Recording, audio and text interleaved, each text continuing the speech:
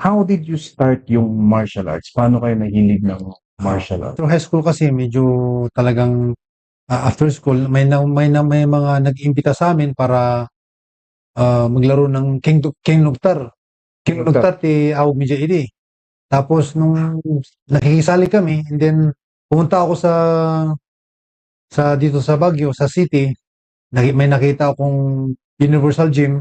Doon na ako nag-interest para mag-training para sana may galing makipag kinuktar sa amin. Pero yun pala is doon ko na-develop yung skill ko. Nakita ko na parang gusto ko pala yung isang pagiging martial artist athlete. Kaya doon na nag-umpisa yung karera ko bilang isang martial arts. Yun. And then after that, naging Philippine team active wushu. Shoot. Sino mo ti, kas lang niya mo ti, paano nyo na-discover yung wushu?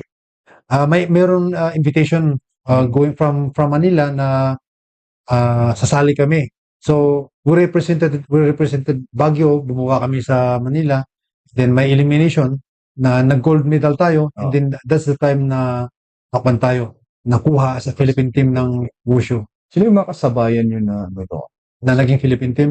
Yung mga nakasama ko sa Philippine team is yun, si Edward Flayang, si Joseph Pasiwat, Rex Merino, Marvin Sicuman, Rexel Nganhayna, yun, marami. At saka mga taga Iloilo. Pero mostly that time, kasama ko na athletes na Philippine team sa wushu is mga taga Baguio.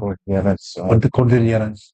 Kaya nga parang ano, bakit kaya parang mga Cordillerans is medyo maano tayo sa combat sports?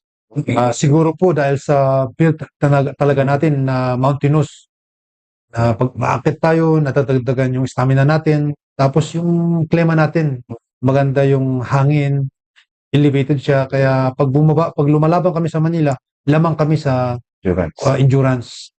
Kaya yun doon tayo lumalamang sa mga taga-baba. El Maestro Speaks Podcast.